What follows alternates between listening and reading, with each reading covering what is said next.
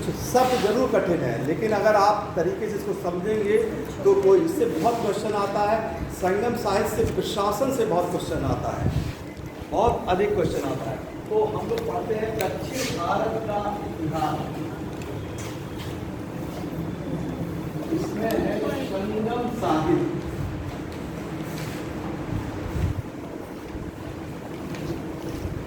देखिए दक्षिण भारत का मतलब होता है कि हम दक्षिण भारत पहले जानिए किसे कहते हैं।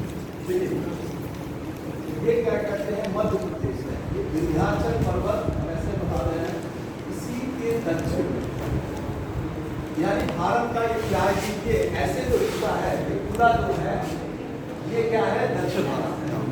यानी विंध्याचल पर्वत या नर्मदा नदी के दक्षिण के भाग को हम लोग कहते हैं, नर्मदा नदी के सीधे दक्षिण, उसको कहते हैं दक्षिण भारत का इतिहास।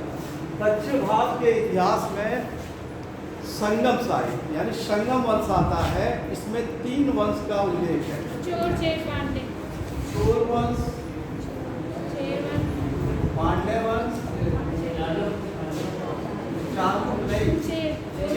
हम आपको संगम बता रहे हैं, संगम वंश।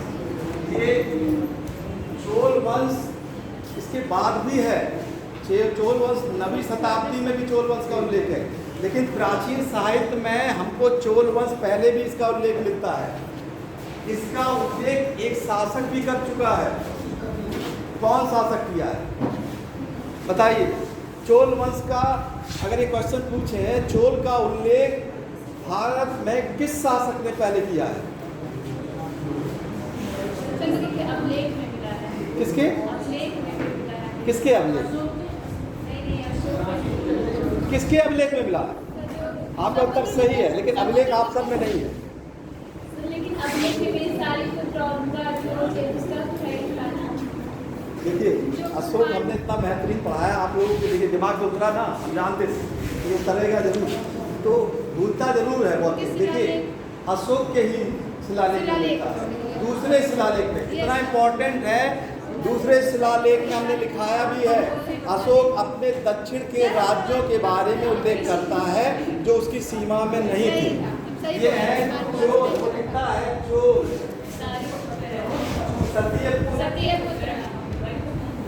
पांड्य,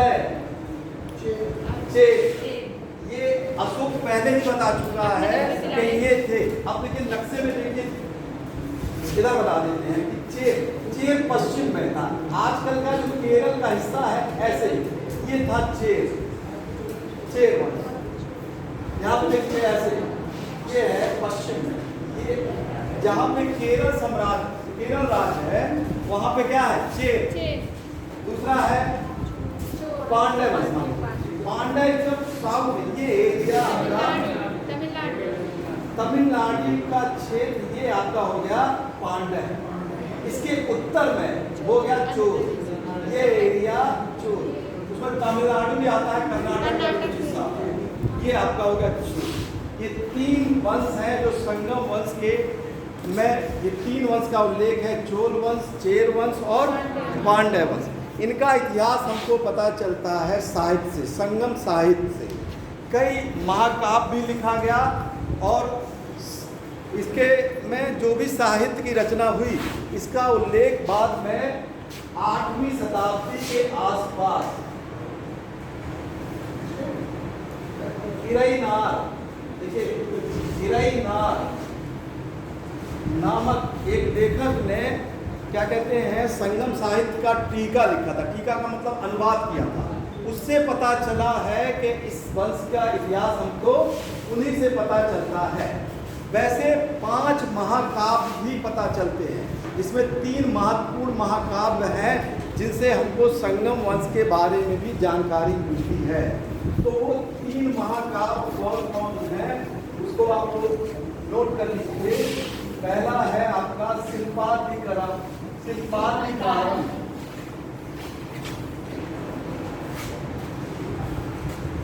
शिल्पाधिकार। इसके देखिए, इसके लेखक का नाम है, लेखक का नाम देख लीजिए, इलांगो आदिगल।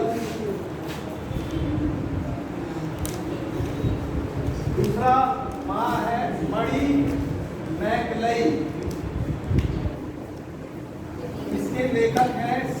नहीं सातनार।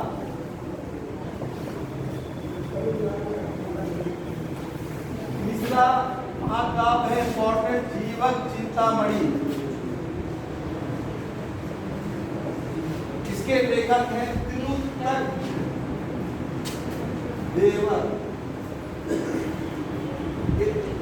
तीन जिनका पता चलता है, दो और था, बलयपति और कुंडलकेशी, उनके साथ नहीं मिले। तो इनसे भी संगम वंश के बारे में पता चलता है। शिल्पाधिकार बहुत महत्वपूर्ण रचना है। इसको लिखने का साक्ष्य जाता है इलांगो आदिगल। इसमें एक कहानी है, पहले आप लोग नोट कर लीजिए इसको।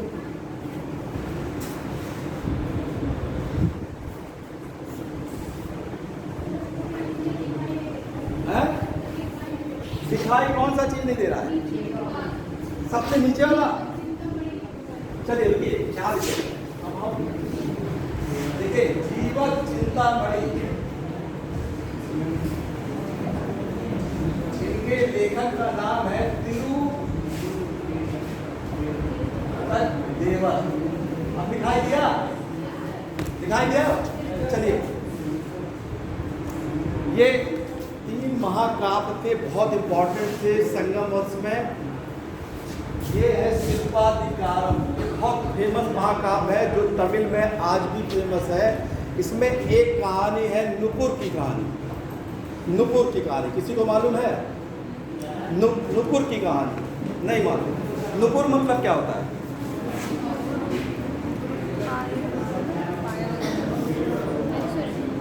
नहीं मालूम। पायल होता है, बोलिए ना, आप जानते हैं पायल। नुपुर मतलब होता है पायल। ये बहुत फेमस कहानी है। इस कहानी से तमिल का इतिहास तमिल में बहुत ज़्यादा फेमस है। ये कहानी है, क्या कहते हैं, एक साथ क्या कहते हैं, व्यापारी जिसका नाम था कोलन और उसकी पत्नी जिसका नाम था कड़िक्की। इसकी ये कहानी है। कोलम एक व्यापारी था और कड़की भी एक व्यापारी की लड़की थी, जिससे इन दोनों का विवाह होता है। और ये कोलम कहाँ रहते हैं? पूरब में। ये पोहा, जहाँ चोल वंश की राजधानी थी, वहाँ पर कोलन रहने वाला व्यक्ति है। लेकिन कोलन शादी के बाद क्या करता है, एक दूसरी महिला जिसका नाम था माधवी, एक दूसरी महिला से प्रेम करने लगता है और उस महिला के ऊपर अपना पूरा पैसा, व्यापारी तो था ही, पूरा पैसा खर्च कर देता है। अंत में क्या होता है, वो महिला उसको धोखा दे देती है। कौन धोखा देती है? माधवी। तो जब वो धोखा दे देती है तो देखिए, बहुत इमोशनल कहानी है। इसको आप जानिए, तमिल में इसकी पूजा होती है। तो कड़की ने क्या, उसके पास कुछ नहीं था, उसके पास सिर्फ 2 पायल थे। उसने क्या किया, अपना एक पायल अपने पति को दे दिया। उस पायल को लेकर वो दूसरे राज्य में चला गया, पांड्य राज्य में चला गया। और इस पायल को बेचने के लिए वो जाता है एक सुनार क्या, वो बेच भी देता है। लेकिन सुनार क्या करता है, इसके साथ चालाकी करता है। इसी समय पांड्य वंश के जो राजा हैं, उनके पत्नी का एक पायल खो जाता है। वो पायल खोने के कारण इल्जाम लग जाता है किस पर? कोलन के ऊपर। कोलन को पांड्य वंश के राजा ने क्या कहते हैं, बिना कानून के तहत उसको क्या कहते हैं, मृत्यु दंड दे देते हैं। अंत में क्या होता है, कड़की जाती है पांड्य वंश में और वो अपना दूसरा पायल दिखाती है और उनको क्या कहते हैं, पांड्य वंश के राजा को श्राप दे देती है और वहीं से क्या कहते हैं, पांड्य राजा आत्मग्लानि से मर जाता है। तो ये उसकी पूरी कहानी है। और ये जो कड़की है, इसकी पूजा आज भी तमिल में होती है। उनको सती की देवी कहा जाता है, कड़की। तो ये बहुत इम्पोर्टेंट कहानी थी कड़की। ये आज भी तमिल में इनकी पूजा होती है, सती की देवता मतलब मानी जाती है। दूसरी कहानी ये है मणिमेखलई। मणिमेखलई माधवी से उत्पन्न, जिस माधवी से वो प्रेम करता था, उसी की लड़की थी मणिमेखलई। ये मणिमेखलई से एक राजकुमार प्रेम करना चाहता है, लेकिन बाद में वो बौद्ध धर्म स्वीकार कर लेती है मणिमेखलई। ये माधवी की लड़की है। हाँ, वही माधवी जो उसको धोखा देती है, उसी की लड़की रहती है, मतलब कोलन की ही लड़की है ये। तीसरी कहानी है, देखिए ये हमने लिखा है जीवक चिंतामणि। ये तिरुतक्कदेवर ने लिखा है, ये जीवक चिंतामणि। ये देखिए जैन लेखक थे तिरुतक्कदेवर। इसमें एक राजा की कहानी है कि वो प्रत्येक सैनिक अभियान में जब भी करता था तो एक कन्या को लाता था और विवाह करता था। ऐसे उसने 8 सैनिक अभियान किए और 8 विवाह किए, लेकिन फिर भी उसका मन नहीं भरता है। अंत में वो संन्यास धर्म धारण कर लेता है। तो ये कहानी थी जीवक चिंतामणि की। तो ये फेमस कहानी है संगम साहित्य की, ये दक्षिण में। अब हम आते हैं, देखिए इसके वंश। सबसे पहले हम आपको बताते हैं चोल वंश के बारे में। जी, किसकी? देखिए मणि मैकलई या कहीं कहीं मणि मैकलई भी लिखा होता है, भी मिलता है आपको कहीं कहीं। ये मणि मैकलई माधवी की लड़की होती है। माधवी क्या करते हैं, बौद्ध धर्म को स्वीकार कर लेती है। ये इसकी लड़की होती है मणि मैकलई। क्या चीज? वो करती है ना, क्या माधवी और उनकी पुत्री जो रहती है वो करती है ना, क्या करते हैं? बौद्ध धर्म को। नहीं, मणि मैकलई वो भी स्वीकार करती है, माधवी भी स्वीकार माधवी भी जी, वही तो बता रहे हैं। माधवी भी बौद्ध धर्म स्वीकार कर लेती है, ठीक है। ये इसकी लड़की रहती है मणि मैकलई। ये भी आगे चल के बौद्ध धर्म दोनों स्वीकार करते हैं। पहले मणि वो स्वीकार करती है, माधवी भी स्वीकार करती है। तो मणि मैकलई इसी की लड़की रहती है।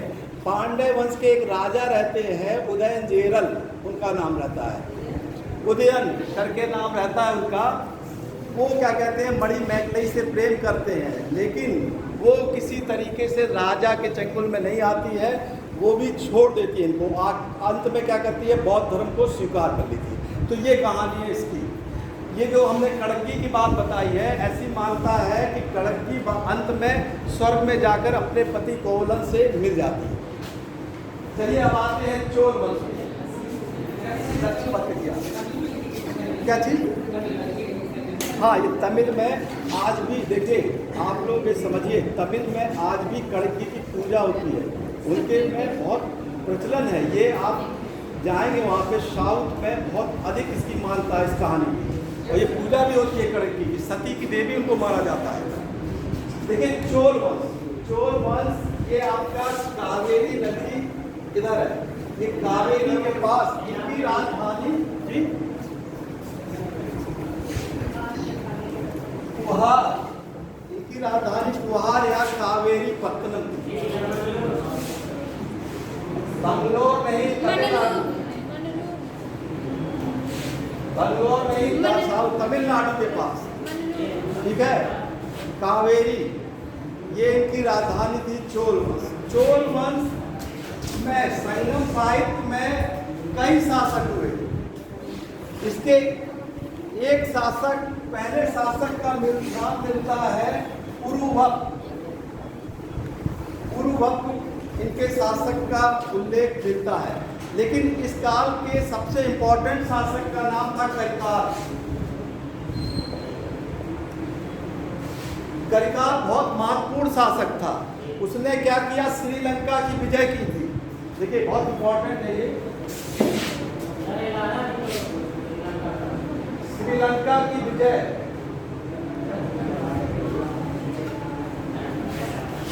कावेरी पर बांध बनवाया था। कावेरी जो नदी, ऐसा माना जाता है कि करिकाल ने कावेरी नदी पर बांध बनवाया था। एक युद्ध लड़ा था, बेरणी का युद्ध। इस युद्ध में करिकाल ने पांड्य और चेर वंश के 9 राजाओं को पराजित किया था। करिकाल के ऊपर एक विद्वान थे रुद्रक नाग, उन्होंने उनकी प्रशंसा में एक किताब लिखी थी, पाटिन पालई। उसके उसके लिए इन्होंने उनको 16 लाख स्वर्ण मुद्राएं दी थी। 16 लाख स्वर्ण मुद्राएं।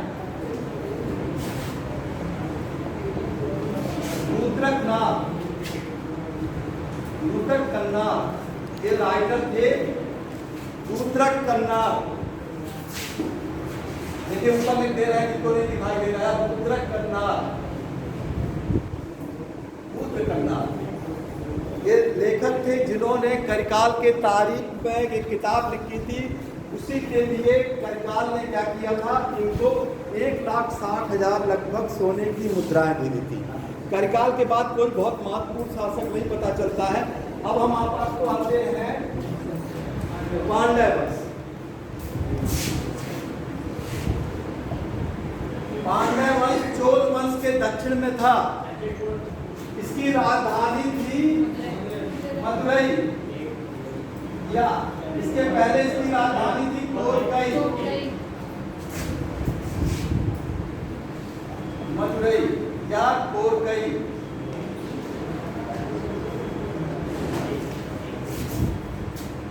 इसमें कई शासक मिलते हैं। इसके एक शासक का नाम था नेंदुजेलियन। प्रथम शासक था नेंदुयोन। प्रथम शासक नेंदुयोन था, दूसरा शासक था नेंदुजेलियन। इसी नेंदुजेलियन के काल में कोलन को मौत की सजा सुनाई गई थी।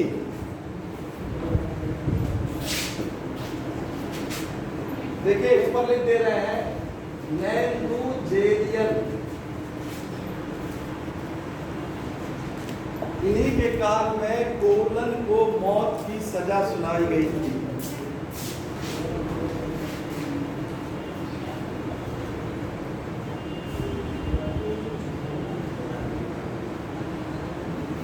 अब आता है तीसरा चेर वंश।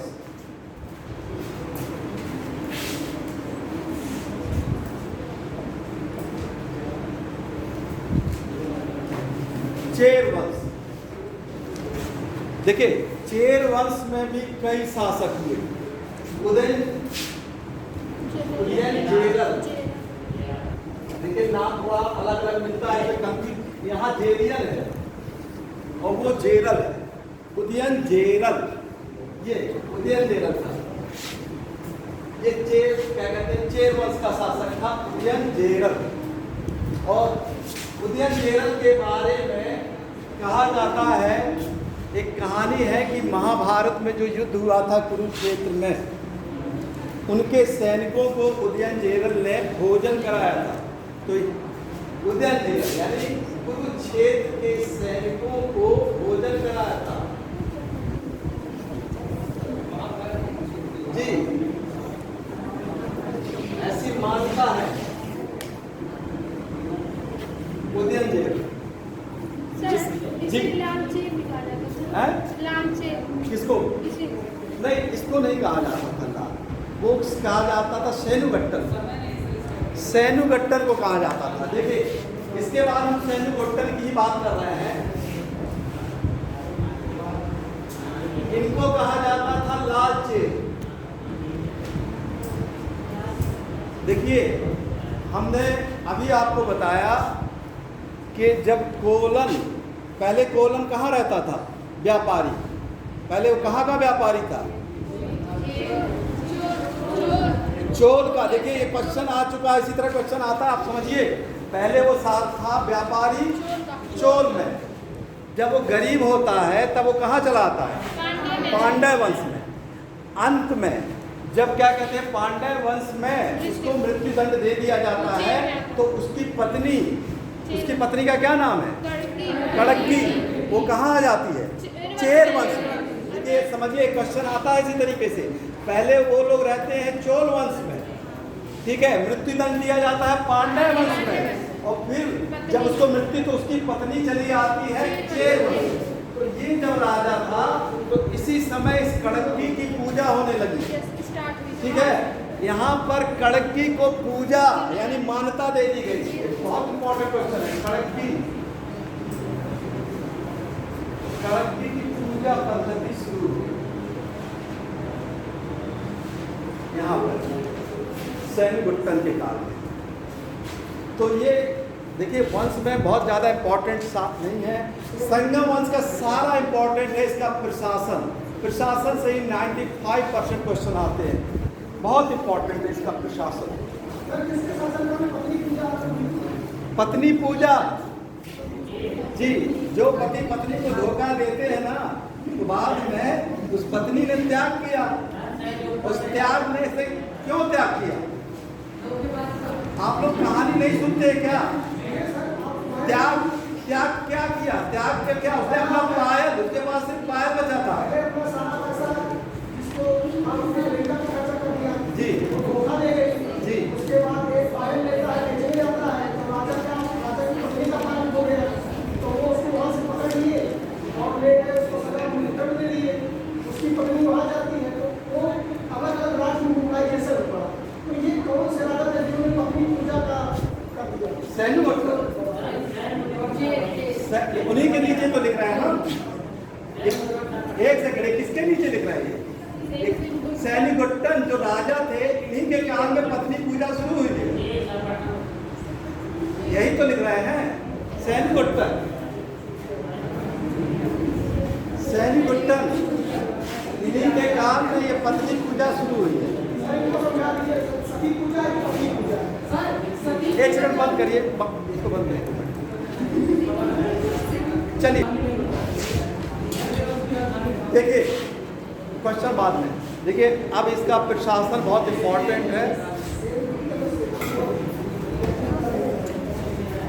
देखिए बहुत ध्यान से समझिए। राजा, यहाँ का राजा ही न्यायाधीश होता था। राजा न्यायाधीश होता था। हमको आप लोग एक चीज ये बताइए बहुत ध्यान से। अब हम पूछते हैं, राजा न्यायाधीश होता था। अगर राजा गलती करेगा और राजा ही न्याय बैठेगा तो वो कैसे न्याय कर पाएगा? अगर मान लीजिए राजा, ठीक है, राजा न्यायाधीश होता था, राजा ही, तो ये परंपरा हमारे इतिहास में बहुत दिन से चली आ रही थी कि राजा स्वयं न्यायाधीश होता था। इसको किसने बदला? आज क्या ऐसा है कि जो प्रधानमंत्री है वही न्यायाधीश है क्या? तो इसको चेंज किसने किया इतिहास में? अशोक ने।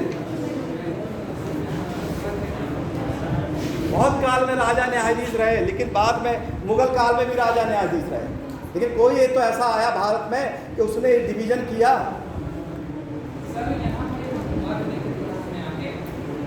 किसी भी इतिहास में आके हमने प्राचीन इतिहास की बात नहीं कही, आगे ही तो चेंज किया होगा। तो देखिए कार्नवालिस ने देखिए समझिए, इसीलिए देखिए इतिहास को आप लोग कंफ्यूजन समझिए ध्यान से। ये ऐसी, जब कार्नवालिस आया तो उसने सोचा कि एक कलेक्टर को न्याय का भी अधिकार था, तो वो कलेक्टर अगर स्वयं गलती करेगा तो कैसे अपना न्याय करेगा? तो न्याय उसने क्या है कि अपना एक संहिता जाहिर की और न्याय को चेंज कर दिया। तो यहाँ हम आपको एक चीज़ बताते थे कि उस समय राजा न्यायाधीश होता था, लेकिन न्यायाधीश होने का मतलब राजा इतना चरित्रवान होता था, इसीलिए उस पर गद्दी पर बैठाया जाता था कि वो न्याय कर सके। तो राजा यहाँ देखिए न्यायाधीश होता था और राजा कई उपाधि भी धारण करता था। यहाँ पे मन्नत, जो ये सब उपाधि राजा की होती थी। राजा की दो सभा का उल्लेख है। एक साधारण सभा थी जिसको नालवई कहा जाता था, साधारण सभा, और राजा की जो न्यायालय की सभा थी उसको मंदरम कहा जाता था। मंदरम कहा जाता था। राजा के न्यायालय की सभा को मंदरम कहा जाता था। जैसे मौर्य काल में राजा की सहायता के लिए कई मंत्री होते थे। इस समय भी संगम वंश में ये पता चलता है कि राजा की सहायता के लिए पुरोहित होता था, सेनापति, पुरोहित होता था, राजा के लिए सेनापति होता था, गुप्तचर होता था, दूत होता था,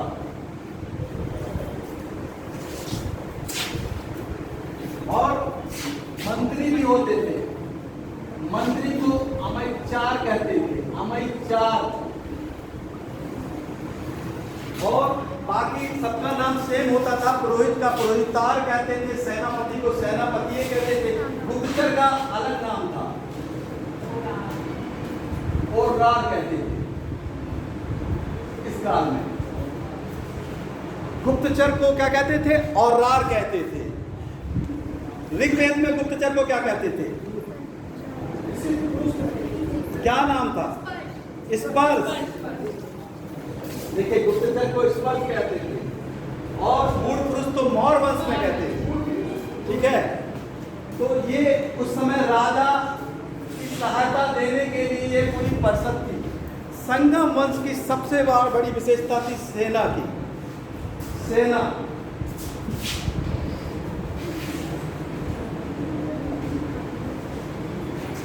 सेना में जो लोग भाग लेते थे उनको एक उपाधि मिलती थी, एनआरडी।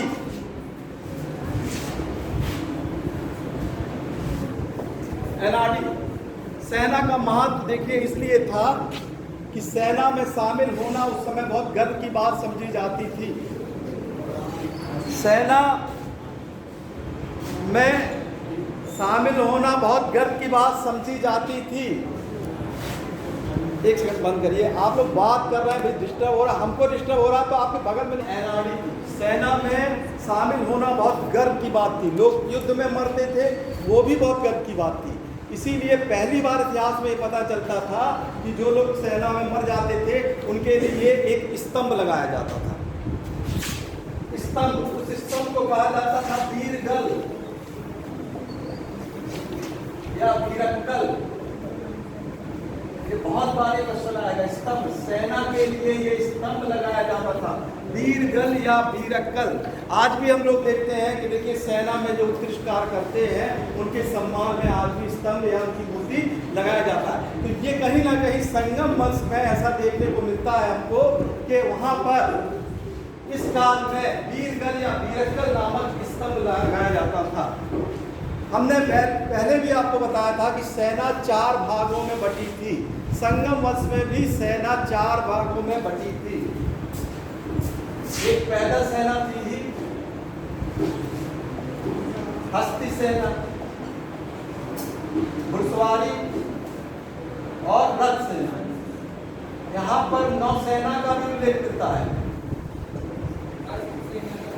नौसेना का भी उल्लेख मिलता था। हस्ती मतलब हाथी, हाथी ये, और नौसेना का भी उल्लेख मिलता है संगम वंश में।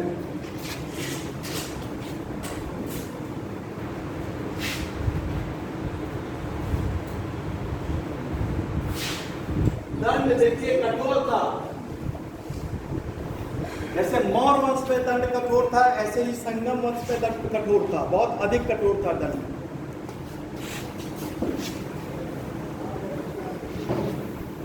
अब आते हैं समाज में।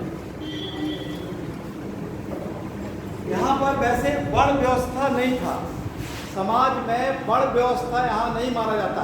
फिर भी 4 वर्ग दिखाई देते हैं।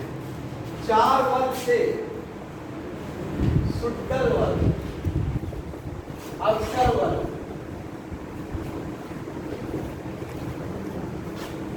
वैनिकर वर्ग और चौथा था बैदाल वर्ग। ये 4 वर्ग थे। पहले वर्ग में ऐसा माना जाता था कि ब्राह्मण लोग रहते थे, दूसरे में क्षत्रिय वर्ग थे,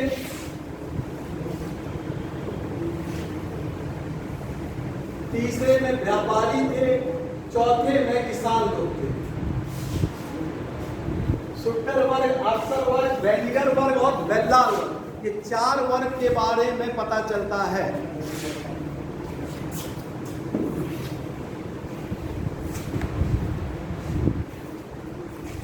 इस समय दास प्रथा नहीं थी। संगम वंश की एक खास बात है कि दास प्रथा नहीं थी। ऐसा भी कोई वंश है जहां दास प्रथा नहीं थी?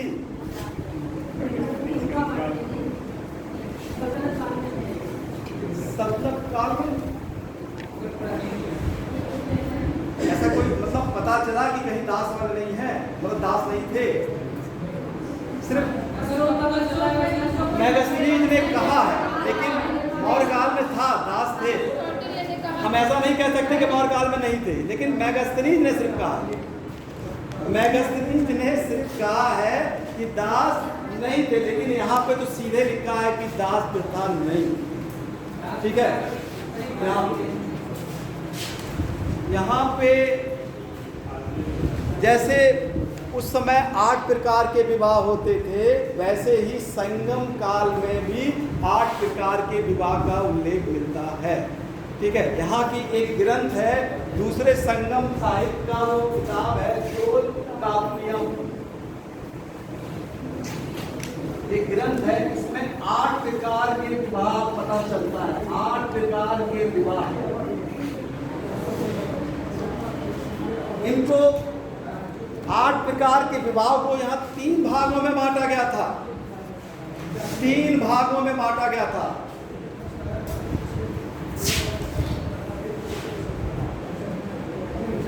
पंचतड़ई, पैरुंदड़ई, एक तड़ई। वह नाम कठिन है इसका, बहुत कठिन है, संगम का नाम बहुत कठिन है, लेकिन इसको आप लोग समझ लीजिए। पंचतड़ई का मतलब होता था प्रेम विवाह।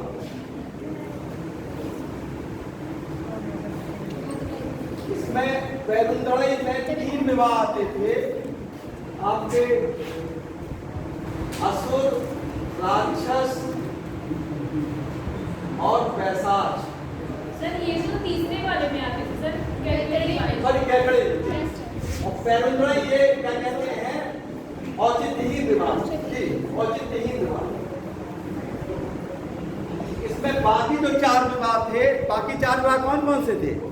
ब्रह्म विवाह, प्रजापति विवाह और देव विवाह और आदि विवाह। ठीक है, 4 विवाह इस तरह ये उसमें आते थे। तो विवाह की उस समय बहुत मान्यता थी, और क्या कहते हैं, इस विवाह को उल्लेख चोलकाप्पियम नामक ग्रंथ में इसका उल्लेख मिलता है। इस काल में भी सती प्रथा का देखिए उल्लेख मिलता है, सती प्रथा का उल्लेख मिलता है, बहुविवाह का उल्लेख मिलता है, सती प्रथा का उल्लेख मिलता है, बहुविवाह का भी इस काल में उल्लेख मिलता है। समाज में और भी कई जनजाति का उल्लेख मिलता है। एक ऐसी जनजाति थी जो क्या करते हैं, शिकार, गाय का शिकार करती थी, पशुओं की चोरी करती थी, मरवा जनजाति।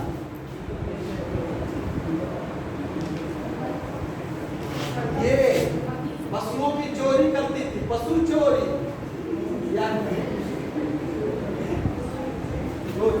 ये करती थी। एक और जनजाति का उल्लेख मिलता है एलियन, जो एक प्रकार के शिकारी होती थी।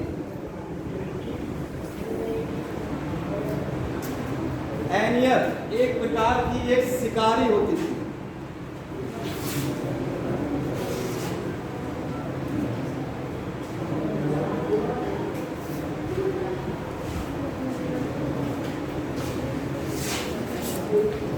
देखिए, युद्ध का बहुत महत्व था, युद्ध में शामिल होना।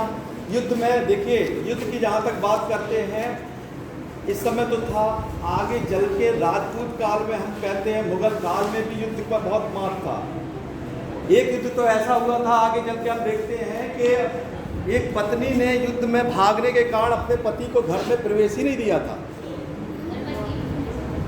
ऐसा भी उल्लेख मिलता है। ये मुगल काल में जब क्या कहते हैं, शाहजहां का काल था, तब हमको पता चलता है। धर्ममठ का किनकी पत्नी?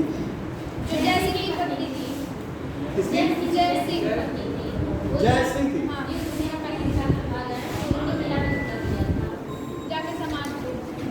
तो वो क्या कहते हैं, उनको ये जय सिंह नहीं थे, हमको जो याद आ रहा है वो जय सिंह नहीं थे। ये क्या कहते हैं, युद्ध हुआ था शाहजहां के काल में। वो क्या कहते हैं, जोधपुर के राजा थे, वो आमेर के राजा जय सिंह वो अलग थे। ये जोधपुर के राजा थे, जोधपुर के राजा, उनको उन्होंने ठीक है, तो चलिए ये क्या कहते हैं, उस समय भी वहाँ था। तो यहाँ देखिए युद्ध का यहाँ भी वहाँ था। समाज के बाद अब यहाँ पे आप आ जाइए अर्थव्यवस्था। देखिए अर्थव्यवस्था जब भी आता है तो आप आय का साधन, आय यहाँ भी भूमि करता, आय भूमि कर। और देखिए भूमि कर को कहते थे कुडमई, इसका नाम देखिए अलग अलग मिलता है। भूमि कर को कहते थे कुडमई, और भूमि कर लिया जाता था 1/6वां हिस्सा। यहाँ दक्षिण भारत में एक कहानी भी है इतिहास में कि ये कहा जाता था कि एक हाथी जितने क्षेत्र में बैठती थी उतने में 7 लोगों का भोजन यानी 7 लोगों का अनाज उत्पादन होता था। ये कहानी थी उस समय के संगम साहिब की। एक हाथी जितने क्षेत्र का जगह लेता था उसमें 7 जनों के अनाज उत्पादन हो जाता था, 7 लोगों का। ये कहानी उस समय की। तो देखिए ये भूमिगत था, कुडमई 1/6वां हिस्सा क्या कहते हैं ये लिया जाता था। भूमि के कई प्रकार थे, हमको 5 प्रकार भूमि के मिलते हैं यहाँ पर, ये बहुत इंपॉर्टेंट है। भूमि के प्रकार मलदम, मलदम जो सबसे क्या उपजाऊ जमीन होती थी उसको मलदम बोला जाता था।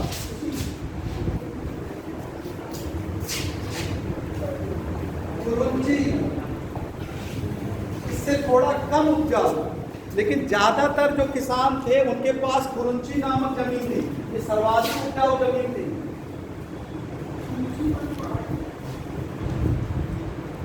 पहाड़ी क्षेत्र में जमीन थी दूसरे नंबर पे। ये ज्यादातर संगम साहित्य में जो किसान थे उनके पास इसी प्रकार की जमीन थी, कुरुंची। तीसरे प्रकार की जमीन थी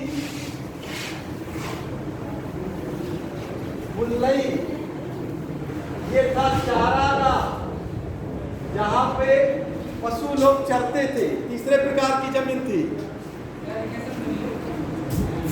मुल्लई दिखाई दे रहा है, थोड़ा सा नाम इसका संगम साहित्य में अलग अलग मिलता है। चौथा ये माँ है,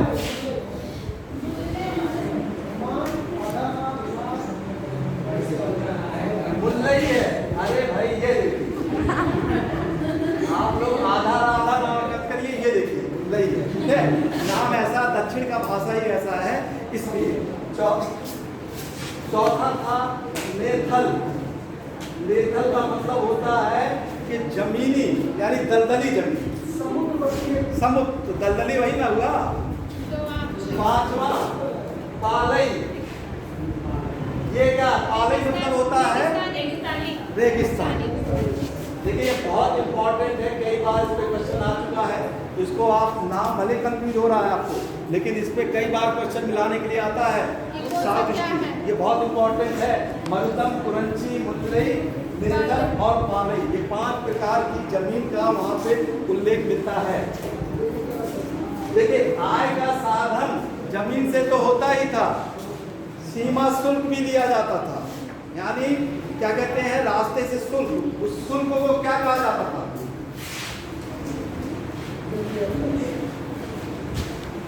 सीमा शुल्क।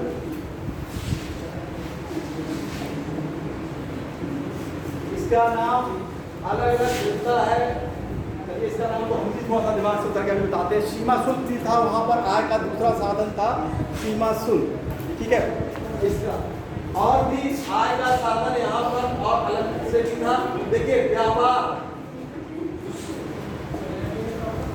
संगम वंश में सबसे अधिक व्यापार यूरोप से, पश्चिमी देश से होता था, रोम से व्यापार होता है। इसका उल्लेख 2 जगह से हमको मिलता है। एक अज्ञातनामा लेखक है पेरिप्लस, ये देखिए बहुत इंपॉर्टेंट है, पेरिप्लस एथीरियन सी, ये अज्ञात नागा और एक ने लिखा था नेचुरल हिस्ट्री का, नेचुरल हिस्टोरी का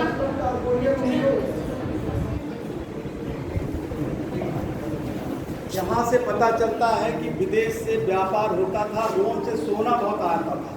ठीक है, रोम से सोना, उसने अपनी किताब में इसका दुख भी प्रकट किया है। उसने लिखा है कि रोम से बहुत अधिक सोना भारत में आता था।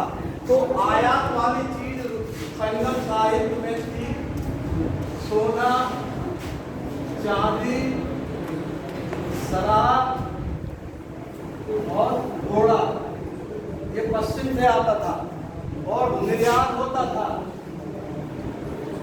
रेशमी वस्त्र, हाथी दांत से बनी हुई वस्तुएं,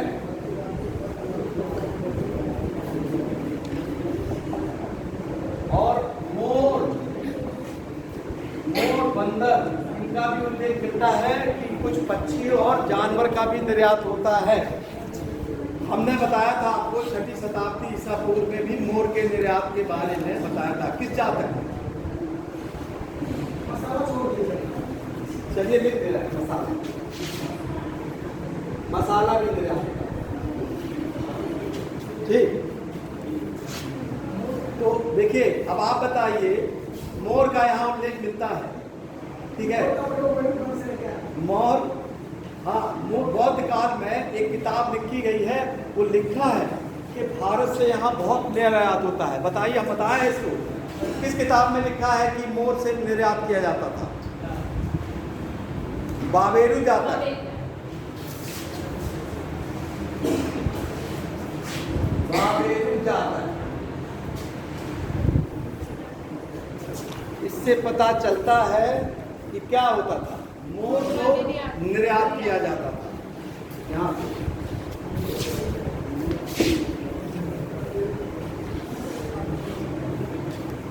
देखिए, बंदरगाह बहुत इंपॉर्टेंट है, कई बार इसमें क्वेश्चन आता है। इस काल में पूछा जाता है कि पश्चिम में बंदरगाह कौन थे और पूर्व में। बंदरगाह, पश्चिम का बंदरगाह नोरा, मुसरी और लैसिंडा। नौरा, लैसिंडा ये पश्चिम के बंदरगाह थे। ठीक है, और पूरब के बंदरगाह कोरकई, कावेरी पत्तनम, ये पूरब के बंदरगाह थे इस काल के। तो ये बंदरगाह थे। नेचुरल हिस्टोरिका में लिखा हुआ है, और पेरिप्लस एरिथ्रियस सी की किताब, उसमें भी लिखा था एक ऐसा स्थान था भारत जहाँ से मोती बहुत मिलते थे, और वो पांड्य वंश से पड़ता था। कॉलची, ये बहुत बार एक क्वेश्चन आता है, कॉलची या कोरकई, देखिए बहुत इंपॉर्टेंट था मोतियों के लिए। यहाँ मोती बहुत होता था, मोती बहुत होता था। कोलची या कोरकई, यहाँ पर मोती बहुत उत्पादन होता था, और मोती सीधे विदेश में जाता था निर्यात होने के लिए।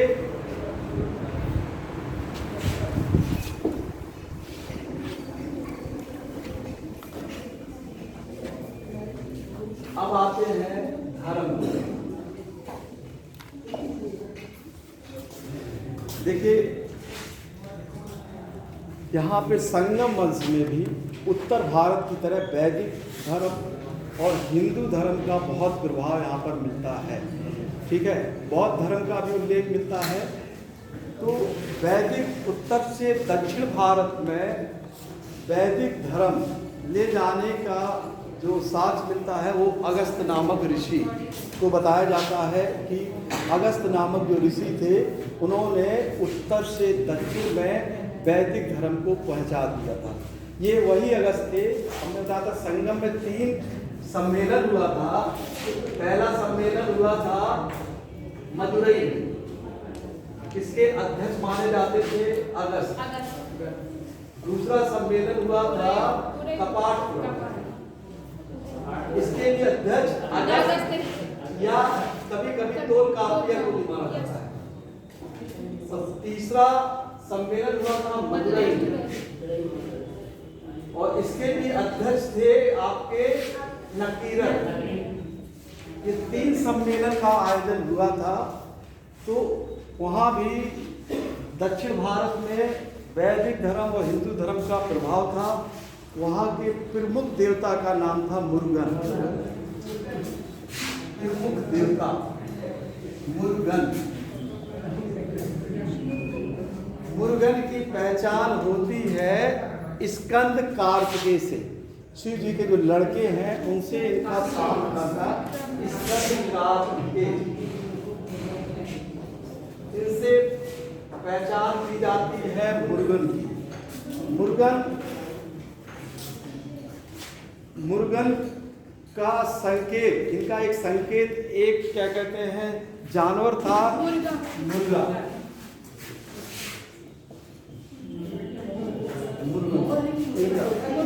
मुर्गा और इनका एक अस्त्र भी था हाथ में, वर्षा जिसको बेलम कहा जाता था। इनको एक नृत्य बहुत पसंद था, बैल नाडल। ये सब क्वेश्चन आ चुका है। बैल नाडल ये नृत्य होता था, नृत्य।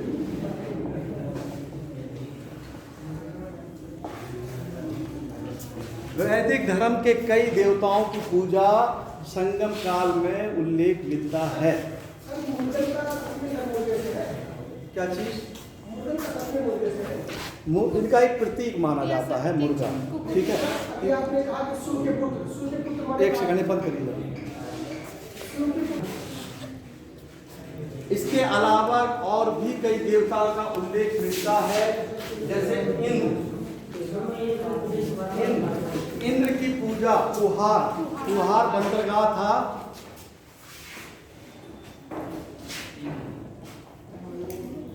कुहार बंदरगाह था, यहाँ पर इंद्र की पूजा होती थी। और विष्णु का भी उल्लेख मिलता है। कुहार या कावेरी पट्टनम बंदरगाह नदी के किनारे था। हाँ, देखिए वहाँ राजधानी का मतलब ये थोड़ी वो बंदरगाह नहीं, ये मतलब नहीं जी। कुहार बंदरगाह का उल्लेख नहीं किया गया था। हाँ, कई बंदरगाह है, इम्पोर्टेंट बताया गया था, एक ही बंदरगाह कई है। तो कुहार भी था, वो राजधानी थी। यहाँ पर इसकी पूजा की गई थी, इसकी इंद्र भगवान की। यहाँ पर एक और देवी का उल्लेख मिलता है जो मरियम्मा नाम की थी।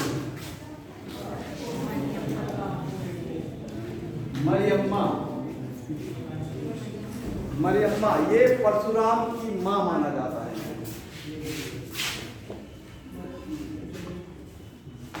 सर ये सब अभी है, ये अभी भी पूजा होती है मरियम्मा। ये अब बंद कर दीजिए आप। मतलब